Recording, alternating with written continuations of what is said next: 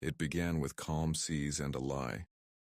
A lie so ordinary, so perfectly wrapped in routine that no one aboard the Zong could see the shadow stretching out from it. Not yet.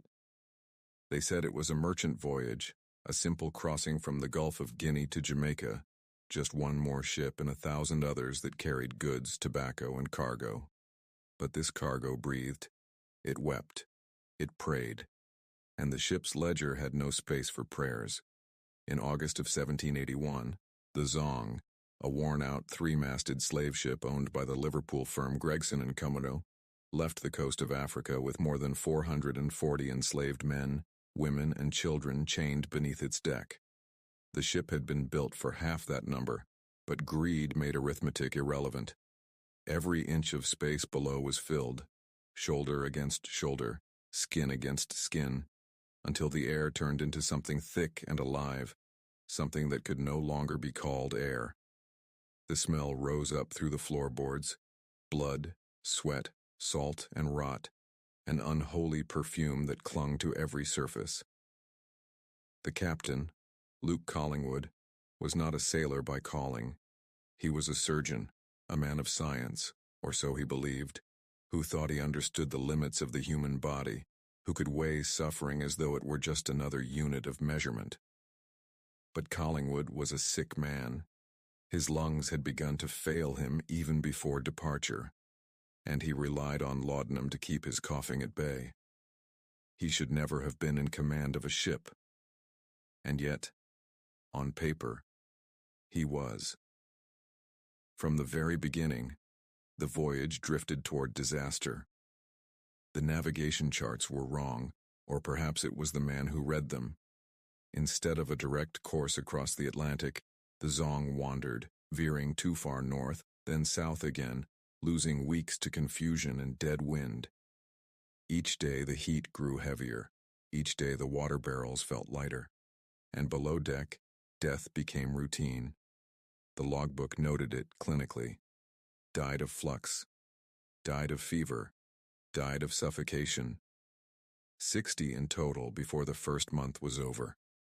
The surgeon captain barely wrote their names. Only numbers, tallied like coins. The crew began to whisper that the voyage was cursed. Some said the compasses were turning on their own. Others swore they heard footsteps in the night where no one stood. But no one dared speak of mutiny, not with the investors' money weighing on every man's conscience like an anchor. By November, the trade winds had died completely.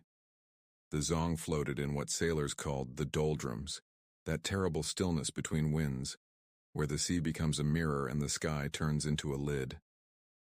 The heat grew unbearable. The ship's timbers groaned as if alive. The crew rationed water, 1 tin cup per man per day. The enslaved below received none. And then came the smell, not of the living, of the dying.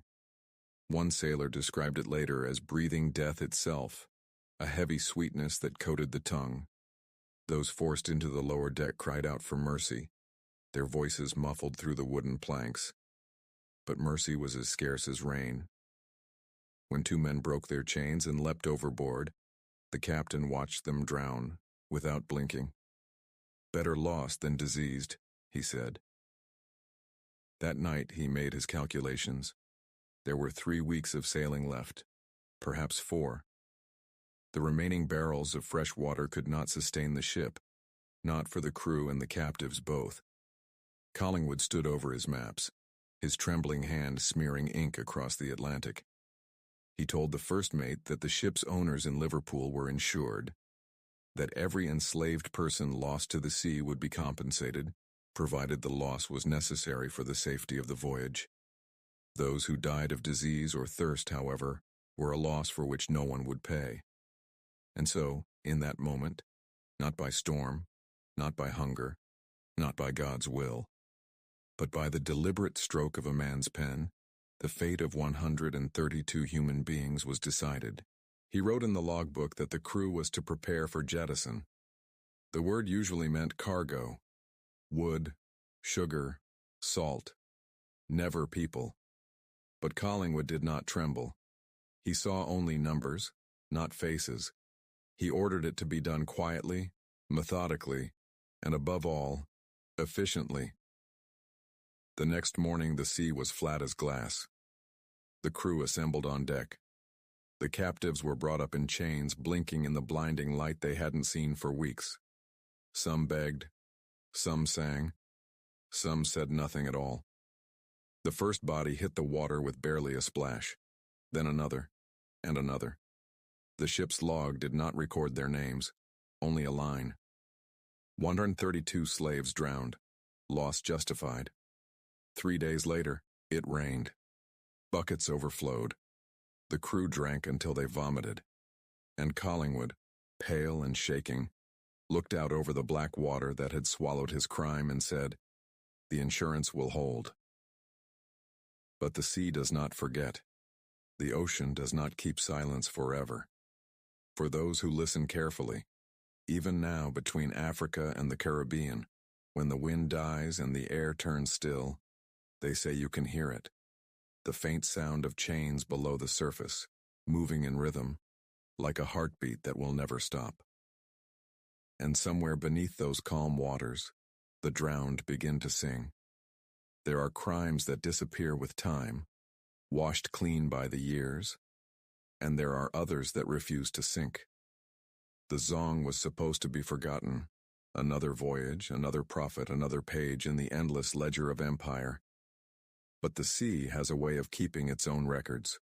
When the ship finally reached Jamaica, its sails torn and its crew hollow-eyed, there were only 208 enslaved people left alive.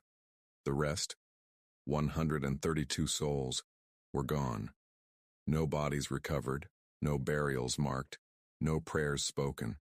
The ocean was their grave, and the only witness was silence. Captain Collingwood did not live long enough to stand trial.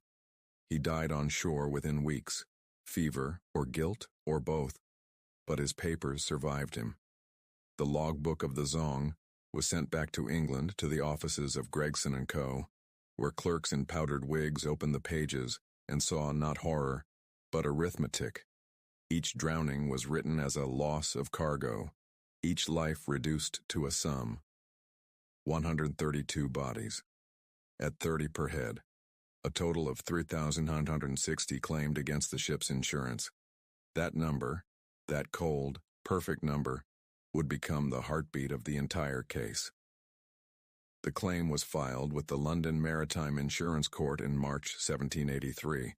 The case was titled simply, Gregson versus Gilbert. No mention of murder, no mention of human beings, just loss of goods due to perils of the sea. The hearing took place on a cold morning in Guildhall. Outside, London was grey, choked with coal smoke and commerce. Inside, the air was thick with the smell of ink, wigs, and wet wool, the scent of order pretending to cover the stench of crime. The courtroom was full. Ship owners, investors, and a few curious citizens who had heard rumors that a ship had thrown people, not barrels, not sugar, into the ocean. The defense began with precision, their words sharp and bloodless. They spoke of necessity, of preserving the vessel and crew, of property law. They said the ship had lost its way, the water had run out, and to save the remainder, a choice had to be made. The judge nodded. He did not ask who made that choice. Then came the question, the one that froze even the stenographer's hand. A young lawyer stood and asked, were these lives thrown overboard because they were dying, or to make them payable? The silence that followed was the kind that has weight. The lead counsel for Gregson & Co. answered without hesitation, because it was necessary for the good of the voyage, and as such, for the good of His Majesty's subjects. A murmur spread through the courtroom. Even among those who profited from the trade, something inside them stirred. Not compassion, perhaps, but unease.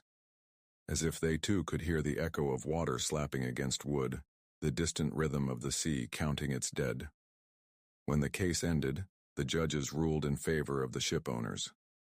The insurers were ordered to pay. It was not a crime.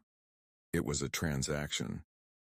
And yet something in that ruling shifted the world, if only by an inch, because among the few in attendance was Granville Sharp, a scholar and early abolitionist, a man obsessed with the idea that words could wound as deeply as weapons. He left the courtroom shaking, his face white with disbelief. He wrote in his diary that night, "If these men are not guilty, then the law itself stands condemned." Sharp began his own investigation. He found crew members who had survived the voyage, tracked down sailors who had jumped ship in Jamaica, interviewed clerks who handled the insurance papers. Their testimonies told a story far darker than the official record. They spoke of calm seas, full barrels of water, and a captain's deliberate decision, not to save lives, but to save profit. It was the kind of truth polite society wasn't ready to hear.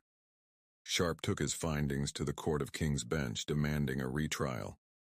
The second hearing was smaller, quieter, but history turned on the whisper that followed. Lord Mansfield, the presiding judge, listened without expression. This was the same judge who 11 years earlier had declared that slavery cannot exist in England. Now he faced a case where the sea itself had become the accomplice. When the lawyers finished, Mansfield spoke only a few words. He said the owners of the Zong had no right to destroy their property in such a manner. Property. The word hung in the air like a curse. Then, after a pause that seemed to stretch across the entire courtroom, he added quietly, almost to himself, "The case of the Zong must never happen again." No one applauded. No justice was served. The ship's investors were never punished. The insurers eventually paid, and the dead remained uncounted.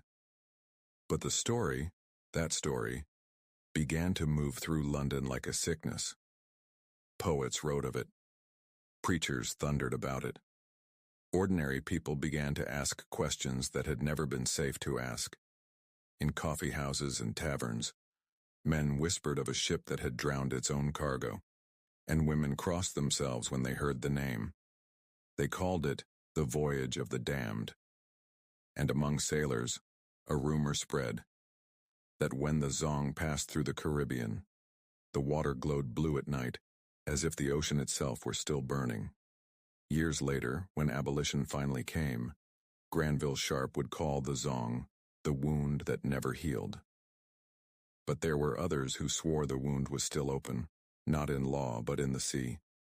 Fishermen off the coast of Jamaica told stories of nights when the waves whispered, when the water churned without wind, and when the voices of the lost rose again, counting themselves one by one, 130, 131, 132, a number that no storm could erase. There are stories that end with justice, and there are stories that end with silence. The Zong belongs to the second kind, but silence too can echo, across centuries, across oceans, until someone, somewhere decides to listen. For years after the trial, London pretended to forget. The merchants went back to their counting houses, the lawyers found new clients, and the judges returned to their dinners content that the matter had been resolved. The newspapers called it a tragedy, not a crime. The word murder never appeared in print. Yet the sea did not forget. And neither did the men who had seen what the law refused to name. Some sailors who survived the voyage told strange stories when they came home, tales dismissed as drunken fancies, the kind of talk that spreads in docks and taverns. They spoke of nights when the water around the Zong began to shimmer, glowing faintly blue, as if the ocean itself was alive and watching. They said the glow followed them all the way to Jamaica, tracing the ship's path like a ghostly wake. And when they tried to sleep, they heard it, the sound of voices beneath the waves, rising and falling with the tide, not crying, not screaming, but singing. It was not a song of sorrow. It was something older, something the wind refused to carry away. They began to call it the Singing Sea. Decades later, when abolitionists fought to end the slave trade, the Zong returned to the world's memory like a specter rising from deep water. The name became a symbol of greed, of cruelty, of the terrible arithmetic of empire. But to those who dug into the case, who read the ship's log and saw the numbers written in neat ink, there was something even more unsettling. The handwriting never wavered. The man who recorded the drownings wrote with the same calm precision, as if noting the weather. He marked each death with a simple line, as though by writing it he could erase it, and that perhaps is what haunts us most. Not the crime itself, but the ease with which it was written down. When I first read the documents, I felt nothing at all. It was only paper, old and brittle, a few lines of ink fading into brown. But the more I read, the more I began to hear it. Not the rustle of pages. Something else. Something beneath the words. The sound of water. A slow rhythm, steady and patient, as if the ocean was still turning those pages over and over again, waiting for someone to understand. They say that when you spend long enough reading old archives, the past begins to breathe. I used to think it was a metaphor. Now I'm not so sure. In 2007, divers exploring near Black River, Jamaica, claimed they found the remains of an 18th-century slave ship. It was never officially identified, but among the wreckage they recovered were iron shackles fused with coral and a fragment of wood carved with the letters ZON. Scientists said it could have been coincidence, part of another ship's name. But the divers swore the current around the wreck was unnaturally warm, as if the sea itself was alive there. They said when they surfaced, the air was filled with the faintest sound, not quite wind, not quite water, but something between the two. One of them described it like this. It was as though the sea was humming, a song without words but not without meaning. Perhaps it was imagination, perhaps it was guilt carried forward by generations. But I have listened to that same sea, and I know that sound. It's not only history that remembers them, it's the world itself, because the water that carried the Zong is still there. The same waves that bore those voices are still breaking against the same shores, and when the wind falls quiet enough, if you stand on the edge of the Caribbean and close your eyes, you can hear it. At first, it sounds like nothing more than the pulse of the tide. But then, slowly, it begins to change. It starts to sound like counting. Soft, rhythmic, unending. Each wave a number. Each whisper a name that was never written. 130, 131, 132. It's not anger that speaks, it's memory. And memory, once it rises, does not drown. The ocean remembers. The paper remembers. And now, so do we.